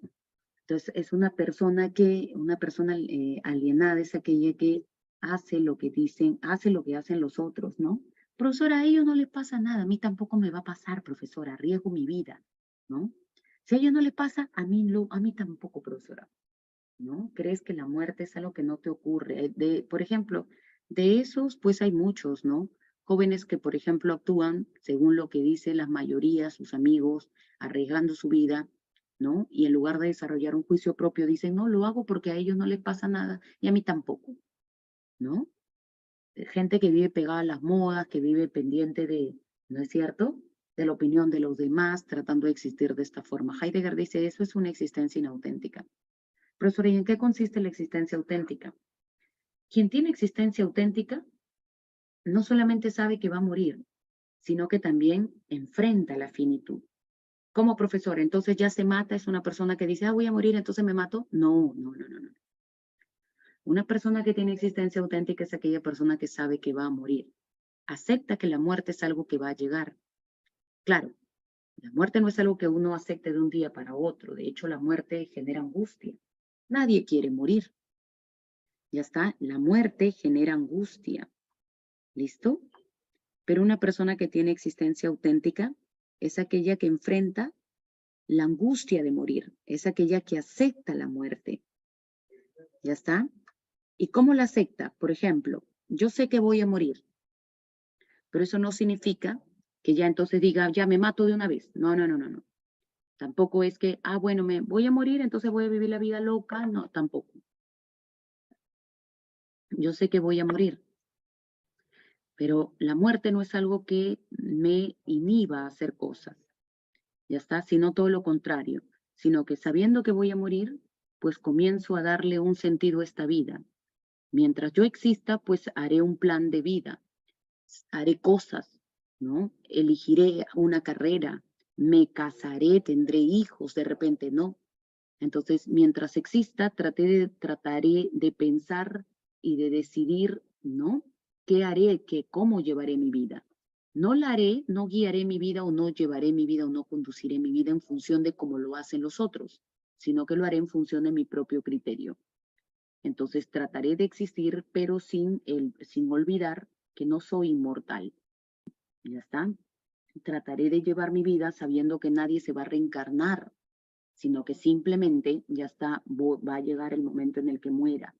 ¿Listo? Y guío mi vida. Es como los padres. Los padres, por ejemplo, hay padres que tienen plena conciencia de que no estarán para siempre y entonces se preocupan por inculcarle a los hijos, ¿no? Valores y mecanismos que le permitan digamos, a su hijo, su hija, que puedan afrontar la vida, ¿no? Hay padres que conscientes de que no van a estar para siempre, le transmiten herramientas, ¿no? Educación, alternativas para que su hijo, su hija en el futuro sepa cómo afrontar la vida, ¿no? En cambio hay otro tipo que más bien lejos de darles herramientas para que ellos afronten la vida, ya le dan todo servido, ¿no? Entonces, cuando los padres se vayan, al final los hijos no saben cómo conducirse porque ya no está pues el modelo, ¿no? Heidegger en este caso diría que ser padre involucra también ellos, ser madre, ser padre involucra saber que no estaremos para siempre, que la muerte es algo que va a llegar y que lo que hay que hacer es tratar de dirigir nuestra vida de tal manera, ¿no es cierto?, que hagamos cosas que si tenemos hijos los tengamos, pero enseñarles que no estaremos para siempre y que ellos mismos no estarán para siempre, que por lo tanto lo que queda hacer es aprender herramientas, estrategias para afrontar la vida. ¿Ya está?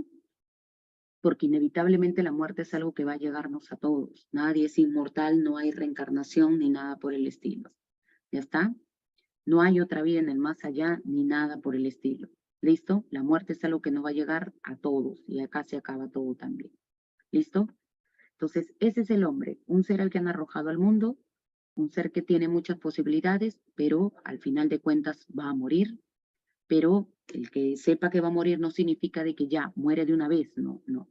Sino que mientras existes, tú puedes decidir de qué manera existe, de qué manera forjas tu camino. O existes de manera inauténtica o existes de manera auténtica. ¿Ya está? Ese es el asunto. Profe, desarrollar una existencia auténtica sería vivir a plenitud de acuerdo con nuestras propias decisiones sin influencia gran. Así es. Recuerda que quien tiene existencia inauténtica es alguien que vive alienado. Hace y dice lo que hacen las mayorías, lo que hacen los otros. En cambio, quien tiene existencia auténtica es aquella persona que sabe que va a morir, ya está, y sabiéndolo decide hacer cosas, decide existir. Pero ¿cómo decide existir? ¿Existe en función de lo que hagan las mayorías, de lo que hagan los otros, de lo que le digan los demás? No, sino que trata de forjarse un camino de manera consciente. ¿Ya está? Desarrolla un juicio propio, una razón propia, un espíritu propio y guía su vida según los criterios que esta persona misma va estableciendo, sin pegarse a las modas, sin pegarse a lo que dicen los demás. ¿Ya está? Ese es el asunto y es la parte más difícil, ¿no? Porque es más fácil existir de manera inauténtica que existir de la otra, ¿no? Porque la muerte es algo que genera angustia y la gente pues no acepta ello de un momento para otro. Pero bueno, ese es el camino, dice Heidegger. ¿Ya está? Listo, muchachos. Hasta aquí, entonces, hemos terminado con el desarrollo de la filosofía contemporánea. Hasta aquí, entonces, hemos terminado con toda la parte de la historia de la filosofía occidental. ¿Ya está? Preguntas, ¿se entendió para todos? ¿Dudas, preguntas, se entendió? ¿Se entendió, se entendió? ¿Dudas, preguntas? ¿Se entiende para todos? ¿Se entendió? ¿Todo claro? A ver, vamos, confirma. ¿Dudas, preguntas? Areli dice sí. Fernanda, Anelí, Gemina, Estela. A ver, ¿qué dices? ¿Qué dices? ¿Se entendió para todos? ¿Todo claro? ¿Dudas, preguntas?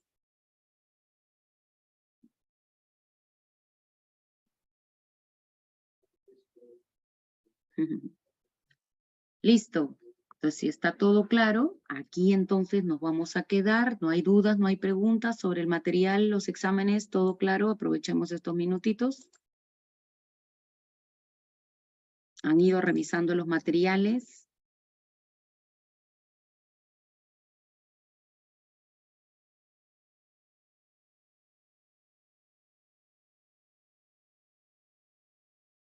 No hay preguntas, ya está. Preguntas, aquí nos vamos a quedar. Por favor, revise el material, resuelve el material. ¿Listo? Ay, caramba, vamos a guardarlo así. Ya está. Por favor, revise el material, resuelve el material. Ya está. Si hubiese alguna pregunta, duda, interrogante, por favor, no dudes en realizar tu pregunta. Ya está. ¿Listo? La idea es que al final la clase quede clara, no hayan dudas, no haya incertidumbre. ¿Ya?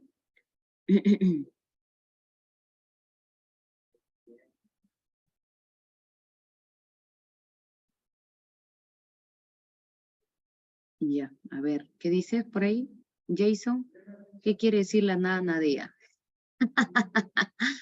Esa es una expresión asociada con Heidegger, cuando él pues habla de la nada, ¿no? En este caso hasta Sartre, ¿no? Que habla del ser y la nada, ¿no? La nadea significa, es en realidad, mira, toda esa frase en realidad es es una redundancia, ¿ya está? No intenta decir más que lo mismo, que la nada, nada es, ¿ya está? La nada es imposible que sea. Lo opuesto al ser, digamos, el ser sería lo que existe, ¿no? Lo opuesto al ser es la nada. La nada nadea significa la nada, no es, no existe, ¿ya está? ¿Listo? Es simplemente, pero ahí hay una, una forma de burla hacia los existencialistas, a su problema del ser, ¿no? Y de la nada, pero no significa más que la nada, no es, no existe, ya está, y es imposible que sea. ¿Listo? Ya, bueno.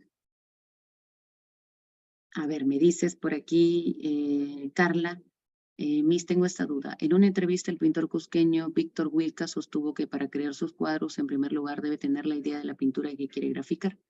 En segundo lugar, imagina cómo se verá el cuadro y en tercer lugar, plasma esa imagen en un lienzo. De lo anterior podemos inferir que la idea de arte de este pintor se asemeja a la de Hegel, quien considera que el arte es la expresión sensible de la idea. La clave es la de, ya está, expresión, eso ya lo vamos a ver, Carla, cuando lleguemos a estética.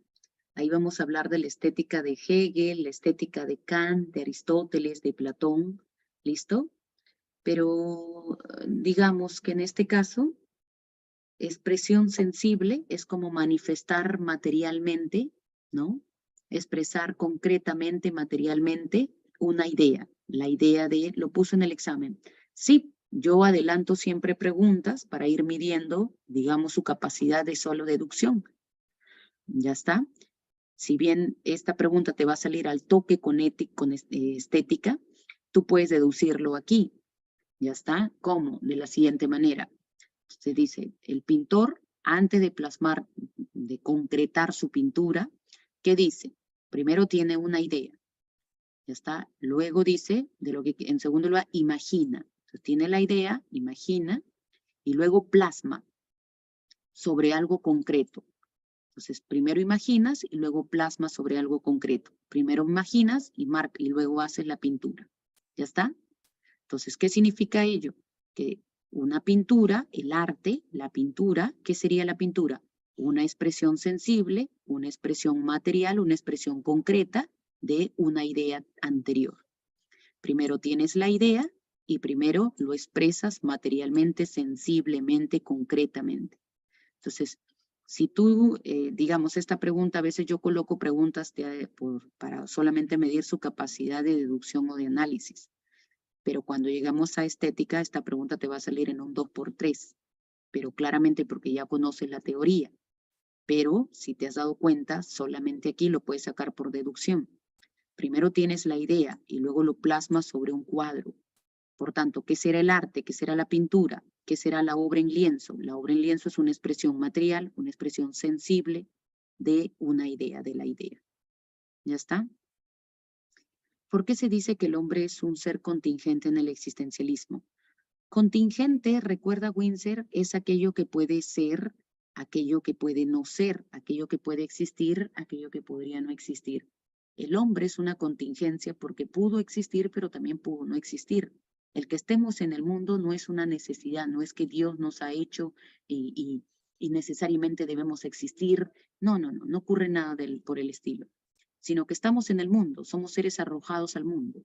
Nuestros padres nos arrojaron, no es que estaba escrito, no, que la mamá de Windsor debe alumbrarlo a él tal día, tal hora, tal año, porque necesariamente tiene... No, hijo, somos seres contingentes. Nuestros padres decidieron arrojarnos en el mundo. ¿Pudieron haberlo hecho? Pudieron no haberlo hecho. Somos seres no necesarios. Recuerda que Windsor, lo contingente es aquello que no es necesario. Entonces somos seres contingentes, seres que estamos arrojados en el mundo, que existimos sin ningún propósito. Nosotros más bien somos los que debemos forjar un propósito, darle un sentido a nuestra vida, a nuestra existencia.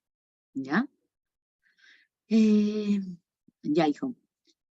Según filósofos como Descartes, la realidad solo se puede explicar y entender por la existencia de 3 sustancias que la conforman: res extensa, res cogitans y res infinita.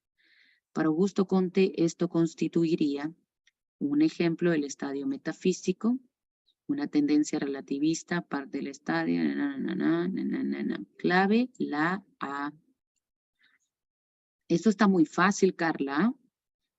Habíamos visto en Comte cuáles son los niveles de desarrollo intelectual: estadio teológico, metafísico y positivo. Recuerda que yo te dije, todas las explicaciones religiosas tienen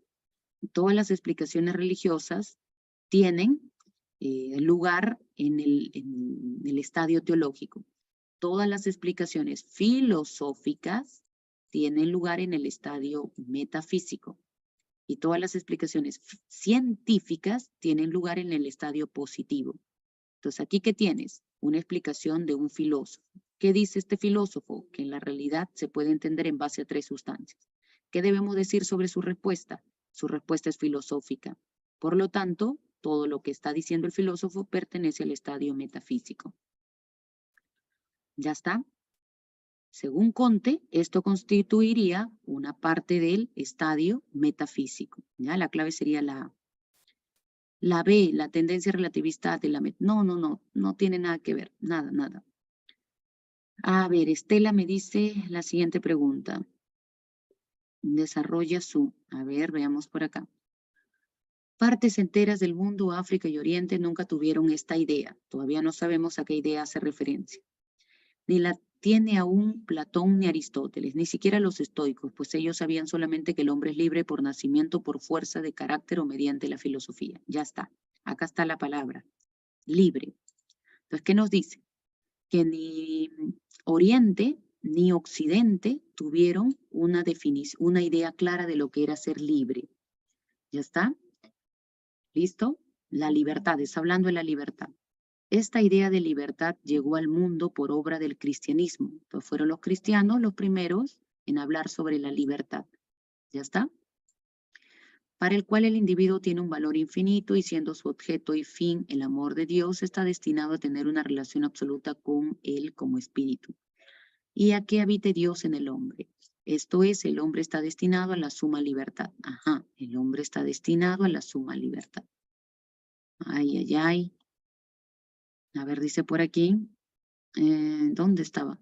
Pero la libertad misma primero es solo concepto, principio del espíritu y del corazón y está destinada a desarrollarse como objetividad, como realidad jurídica, moral y religiosa. Ah, ya. Entonces la idea de libertad, ya está, traspasa, fíjate, todos los ámbitos, ¿no? La libertad es una idea que se viene desarrollando, fíjate. Primero, del espíritu al corazón y está destinado a desarrollarse como objetividad. Entonces traspasa todas digamos, las ruedas del espíritu subjetivo, todo lo traspasa. Entonces dice, el hombre está destinado a la libertad. Recuerda que el hombre, en el recorrido que habíamos explicado, sería el espíritu. Entonces el espíritu pasa por 3 estaciones, espíritu subjetivo, objetivo y absoluto. Entonces cuando aparece el espíritu, comienza el desarrollo de la libertad. Entonces, pero la libertad misma, que primero es solo concepto, principio del espíritu y del corazón, está destinado a desarrollarse en el espíritu objetivo y en los productos culturales, moral, religión, etc. Por lo tanto, dice, se deduce que en el texto, que este texto desarrolla su idea sobre el materialismo histórico, no, está hablando sobre la libertad y cómo ella se desarrolla en todas las cosas, a lo largo de la historia y en todas las cosas. Crítica a la religión por su... No habla nada de la religión. Visión de la historia como un proceso, el de sí, porque cuando aparece el hombre comienza la historia, cuando aparece el espíritu comienza la historia. Ya está. Entonces la libertad se desarrolla en todas las estaciones por las que pasa el espíritu, desde subjetivo hasta absoluto. Desde cuando desarrolla conciencia hasta cuando desarrolla sus productos culturales, religión, arte, filosofía, etc. Concepción de la filosofía como un saber no habla nada de la filosofía. Teoría de las ideas según la cual no tampoco. La clave correcta es la C. Proceso de la historia como un desarrollo de la libertad. ¿Ya?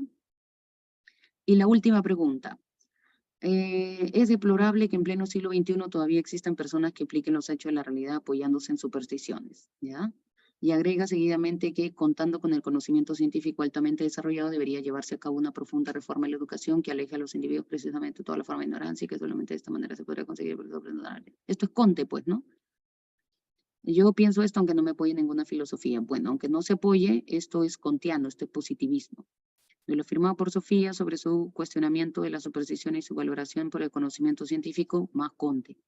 ¿Qué le observaría a otra compañera que conoce sobre filosofía contemporánea? Sencillo, pues le diría que eso mismo piensa el positivista Augusto Conte. ¿Ya está? No está fácil, hija. Ya no me van a preguntar esas cosas. Es deducción nomás, ¿ah? Bueno, ni deducción porque está muy explícito, es teoría nomás, ¿ah? Ya, la última pregunta que reviso. Tambar, estudiante de ADC, afirma que a lo largo de nuestra historia las personas han actuado de tal manera que sus acciones han sido calificadas como justas. Sin embargo, ninguna de estas acciones puede ser identificable con la justicia perfecta cuya definición buscamos. A lo mucho, dichas acciones son aproximaciones a la idea de justicia. Entonces, Tamar está distinguiendo dos planos. Un plano donde está la idea de la justicia y otro plano donde están los actos justos. Como Platón. Para Platón, de un lado está la idea de la justicia y de otro lado están las cosas justas, los actos justos. Entonces, ¿qué debemos decir sobre Tamara? Que guarda afinidad con el mundo inteligible de Platón. Ya está, así como Platón pensaba que la justicia es una idea, ¿no? Que está por un lado y de otro lado están los actos justos que imitan la idea de la justicia, pero ningún acto llegará a representar plenamente a la justicia, ¿ya? Entonces la clave sería la A. Listo, chicas, chicos, ahora sí. Aquí los dejo, un fuerte abrazo para todos, cuídense mucho y ya, resuelvan el material, repasen y nos encontramos la siguiente semana. ¿Ya está? Nos vemos, no te olvides el examen, no te olvides el examen la siguiente semana, examen la siguiente semana.